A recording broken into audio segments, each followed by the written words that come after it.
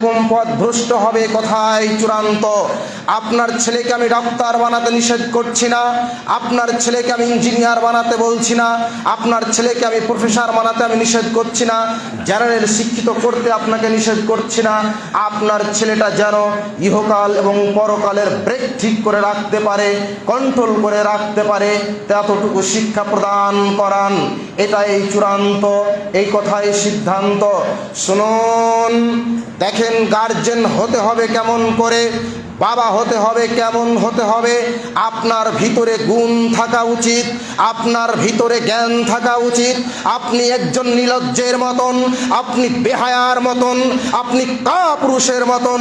আপনার ছেলে দিন রাত ক্রাম রোড খেলে দাঁড়িয়ে দাঁড়িয়ে, আপনার ছেলে দিন রাত পাবজি খেলে দাঁড়িয়ে দাঁড়িয়ে, আপনি কাপুরুষের বাচ্চা দাঁড়িয়ে দাঁড়িয়ে দেখেন। আপনার মতন নির্লজ্জ বেহায়া বাবার চাইতে কে আছে বলুন? আপনার ছেলে কেন এই খেলা খেলবে? আপনার ছেলের ভিতরে জ্ঞান নেই। কেন জ্ঞান নেই? আমি আমার ছেলেকে সে মতন করে তৈরি করতে পারিনি, আমি আমার মেয়েটাকে সে মতন করে তৈরি করতে পারিনি। যদি আমার মেয়েটাকে আমি যদি ইসলামিক জ্ঞান তালিকায় দিয়ে চালু করতাম, আমার মেয়েটাকে যদি আমি একটু ইসলামের জ্ঞান দিতাম, তাহলে আমার মেয়ে ভালো করে ওড়নাটা গায়ে দিতে শিখত, আমার মেয়ে বাড়ি থেকে বের হলে পর্দা করতে শিখত। আমি যদি আমার বাবা মায়ের সেবা করতাম, আমার মা আমার মেয়েটা আমাকে দেখে শিখত যে আমার মায়ের সেবা কী করে করতে হয়। আমি যদি আমার শাস্ত্রীর সেবা করতাম, তাহলে আমার মেয়েটা দেখতো কেমন করে সেবা করতাম। তাহলে আমার ভিতরে কত অজ্ঞতা, আমার গার্জেন হিসাবে কত অজ্ঞ আমি, কত নিরহ আপনি বলুন তো দেখি। ওই শিক্ষা দেখেন, আপনাকে বাস্তবে দেখাচ্ছি।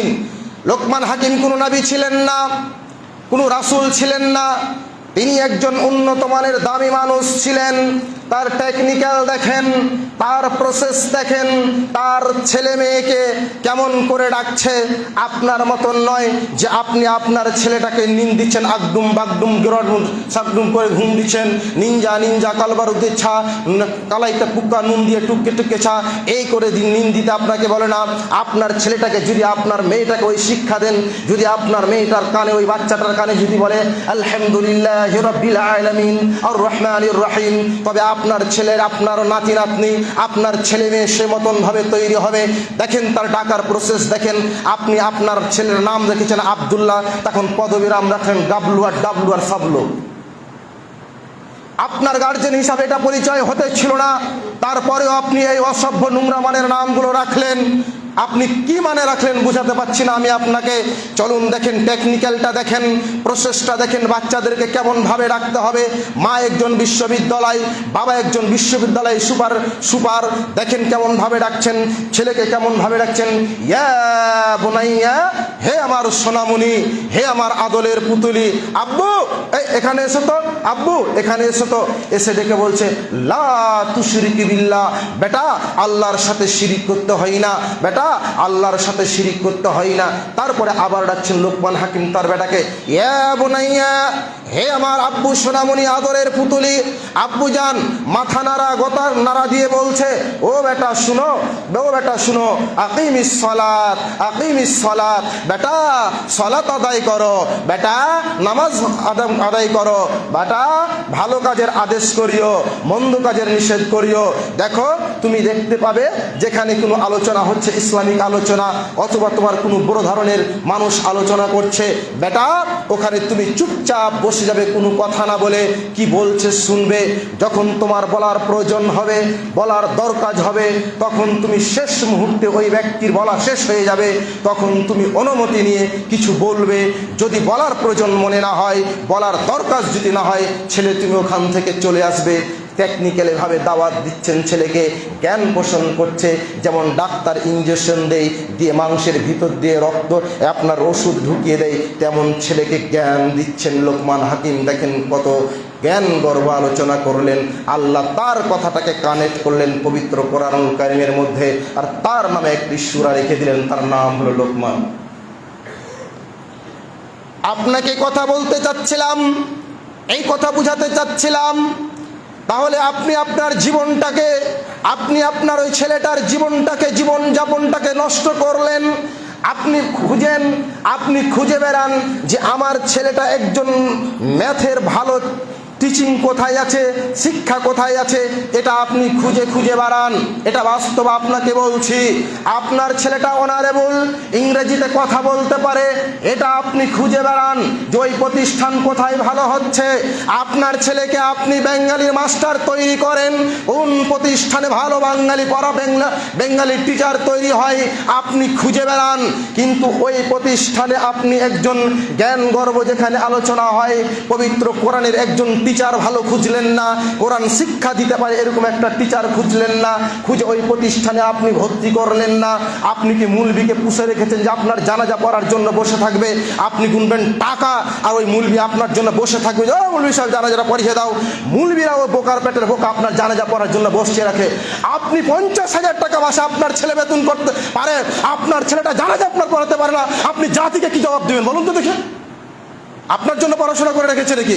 আর মৌলবী সাহেবকে সামান্য বেতন দেয়, আর বেতন দেওয়ার জন্য আপনি 24 ঘন্টা তাকে ডিউটি করিলেন। আপনার জ্ঞান কোথায় গেছে? আপনার অসভ্যতা, আপনার বর্বরতা ছুটবে কখন? শুনুন, হয়তো আপনাকে আমার কথা একটু গায়ে ফুরে ঢুকবে, কিন্তু রক্ত থাকলে আপনাকে বদলে দেওয়া উচিত। কিন্তু গতরে যদি পুঁজ থাকে তাহলে আমার কথাগুলো ওপর দিয়ে চলে যাবে। কেন আপনি এত এই শিক্ষাটাকে অবহেলিত করেন? লাঞ্ছিত, ঘৃণিত, পীড়িত এই নোংরা চোখে কেন দেখেন? আপনি দেখছেন, দেখেন, আপনাকে দেখুন, কুকুর যেমন মগুর তেমন দেখেন। ভারতবর্ষের পরিস্থিতি যখন দেখেন, হিটলার যেমন 60,000 ইহুদি খ্রিস্টানকে কচু কাটা করে কেটেছিল, তেমনি নরেন্দ্র মোদীর পলিসি দিয়ে আপনার মতন মুসলিমকে কচু কাটা কারো কাটবে। আপনার কাছে হাইথার নেই, যেহেতু আপনি সলাৎ করেন না, আপনি সলাৎ আদায় করেন না, আপনি সলাৎ আদায় করেন না। আপনার মতন বেনবাজিকে সুলতানপুরের মাটিতে খাড়ো করে পুঁতে দিয়ে যাব। শুনুন, রাসূল সাল্লাল্লাহু আলাইহি ওয়াসাল্লামের কথায় অনুগত করুন, রাসূল সাল্লাল্লাহু আলাইহি ওয়াসাল্লামের কথা মেনে চলুন। ওয়ামা আতাকুমুর রাসূলু ফাখুযুহু নাহাকুম। আল্লাহ বলছেন তোমরা আনুগত্য করো, রাসূল যা বলেছেন তা গ্রহণ করো, তা গ্রহণ করে নাও। মুহাম্মদ সাল্লাল্লাহু আলাইহি সাল্লাম যেটা ত্যাগ করতে বলেছেন, যেটা ছড়িয়ে দিতে বলেছেন, তার কাছে যেও না, তার কাছে যেও না। তাহলে আপনাকে জ্ঞান অর্জন করতে হবে। দেখেন, জ্ঞান অর্জন করছেন মুহাম্মদ সাল্লাল্লাহু আলাইহি ওয়াসাল্লামকে তিনি হীরা গুহায় পাঠালেন, তিনাকে জ্ঞান দিলেন, বুদ্ধি দিলেন, বিদ্যা দিলেন। সর্বপ্রথম যদি বিশ্ববিদ্যালয় তৈরি করে থাকেন তাহলে মুহাম্মদ সাল্লাল্লাহু আলাইহি ওয়াসাল্লামকে হীরা গুহায় মাদ্রাসা তৈরি করে শিক্ষা প্রদান করলেন। তিনি হলেন ছাত্র, মুহাম্মদ সাল্লাল্লাহু আলাইহি ওয়াসাল্লাম। জিব্রাইল হলেন টিচার।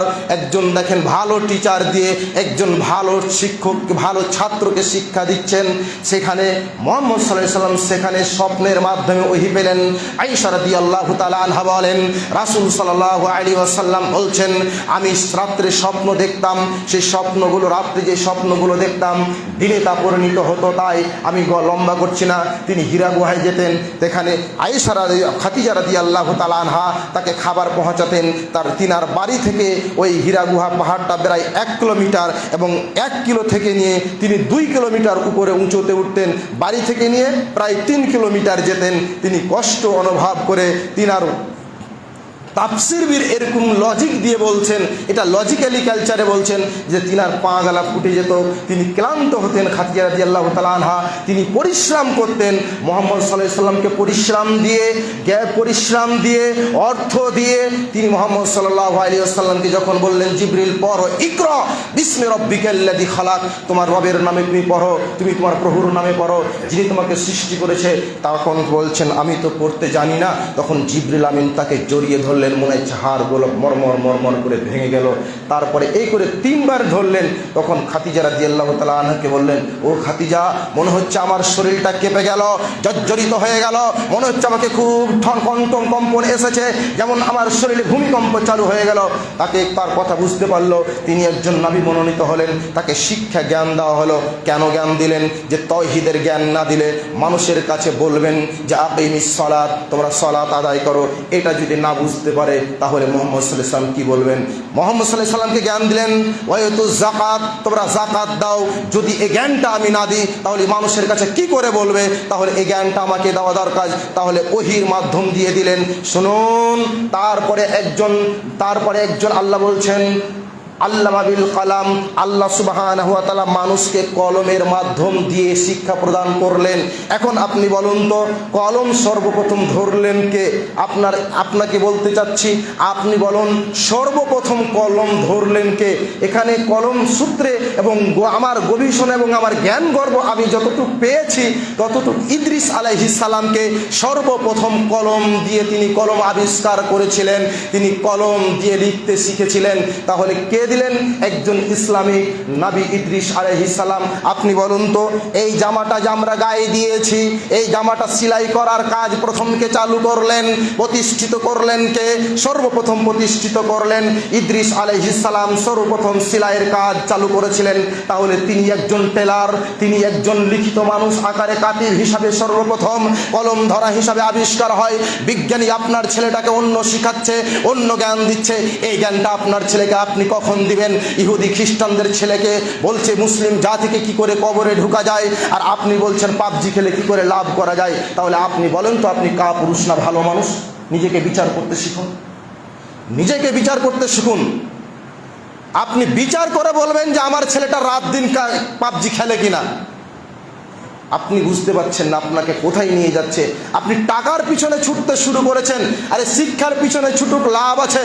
আমার আব্বু একটা কথা বলতেন, আব্দুর রহমান জগন্নাথপুরী, তিনি চলে গেছেন, কবরবাসী হয়ে গেছেন, আল্লাহ তুমি তাকে জান্নাতুল ফেরদাউস দান করিও, আল্লাহুম্মা আমিন। তিনি বলতেন, টুপি পাঞ্জাবি ভালো ড্রেস দেখে তাকে বিচার করিও না, তার ভিতরে জ্ঞান আছে। কথাটা মিথ্যে, এই কথাটা মিথ্যে।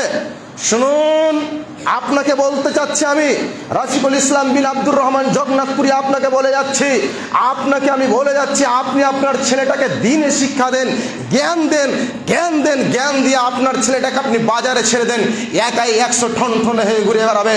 আপনার ছেলের ভ্যালু থাকবে, আপনার ছেলের দাম থাকবে, আপনার ছেলেকে খুঁজে বেড়াবে। এই ছেলের ভিতরে শিক্ষা আছে, জ্ঞান আছে, আপনাকে আলোচনা করার জন্য খুঁজে বেড়াবে। আপনি কেন খুঁজবেন? আপনাকে খুঁজবে আপনি নিশ্চয়। চলুন, আমরা যে ফ্লাইটের উপর দিয়ে আমরা মক্কা মদিনা হজ করতে যাই, ইউরোপ যাই, ইরান যাই, আমেরিকা যাই, এশিয়া যাই, আমরা এ পেলাম কোথায়? আমরা এ আবিষ্কার পেলাম কোথায়? এর আবিষ্কার পেলাম কোথায়? এরা কি করে করলো, কি দেখে করলো, এর একটু আলোচনা করি, তাহলে আপনি বুঝতে পারবেন। আল্লাহ সুবহানাহু ওয়া তাআলা বলছেন, ওয়া আল্লামা আদামা, আমি আদমকে যখন সৃষ্টি করলাম তাকে জ্ঞান দিলাম। কি জ্ঞান দিলাম? জমি চাষ কেমন ভাবে করতে হবে। শুনুন, আদম আলাইহিস সালামকে জ্ঞান দিলাম, সব গ্রহ জ্ঞান দিয়ে আমি পৃথিবীর বুকে পাঠালাম। যখন সেই আল্লাহর শুকরিয়া আদায় করে, আদম আলাইহিস সালামের কাজকর্ম দেখে, তখন ফেরেশতাদেরকে যেন চমকে গেল যে আল্লাহ একে এত জ্ঞান দিলেন, আমরাকে যতটা জ্ঞান না দিয়েছেন তার থেকে বেশি মালাইকার দল থেকে আদম আলাইহিস সালামকে জ্ঞান দিলেন। ওয়া আল্লামা আদামা, আদমকে জ্ঞান প্রদান দিলেন। সূরা আল বাকারা আয়াত নম্বর 31। ভালো করে খুলে দেখে পড়ে নেবেন, বিস্তারিত জল জল জল জল করে খটখট খটখট করে হাসছে, খালি আপনি দেখতে পারলেই হলো। জ্ঞান দিলেন, জ্ঞান দিয়ে পাঠালেন। সে আয়াতটাকে রাইডার ব্রাদার্স নামে একজন বৈজ্ঞানিক, তিনি গবেষণা চালু করলেন এই আয়াতটুকু নিয়ে। আদম আলাইহিস সালামকে যে জ্ঞান দান করা হলো, জ্ঞান পোষণ করে দেওয়া হলো, তাহলে রাইট ব্রাদার্স তিনি গবেষণা করতে চালু করলেন জ্ঞান কি, জ্ঞান কাকে বলে। তাহলে একটা পাখির দিকে তিনি তার জীবনটাকে দলে দিলেন, যে একটা পাখি আকাশের দিকে কেমন করে উড়ে যায়, কিভাবে উড়ে যায়, তার গবেষণা চালু করতে শুরু করলেন।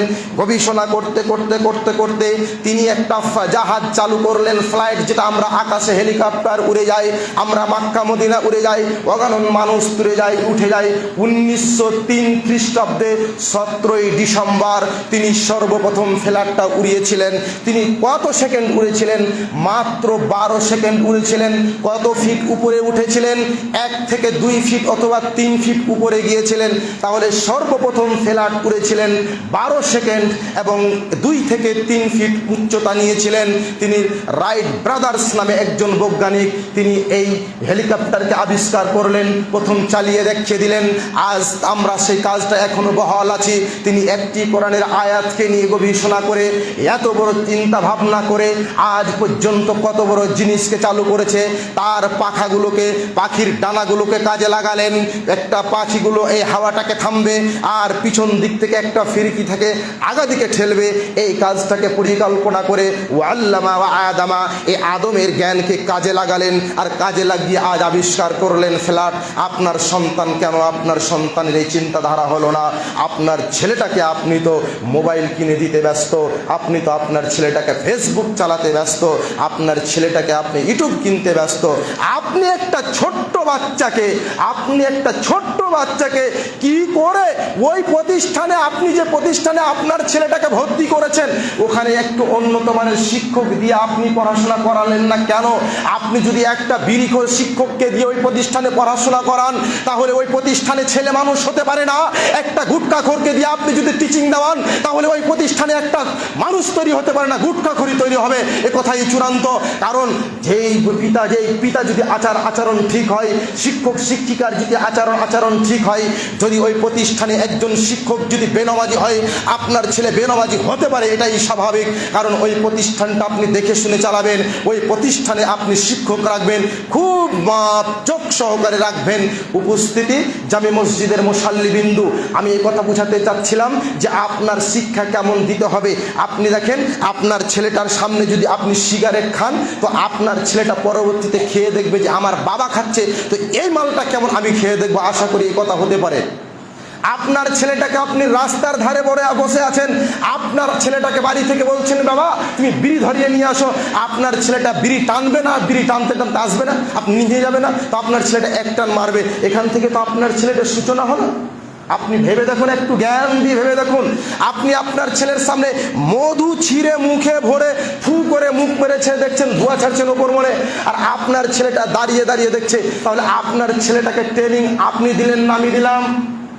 আপনি দিলেন। তো তাহলে আপনি মানুষ না কাপুরুষ? আপনি নিজেই বলুন। আমি আপনাকে কেন কাপুরুষ বলতে যাব? তাহলে আপনি উত্তর দিবেন তো আপনি।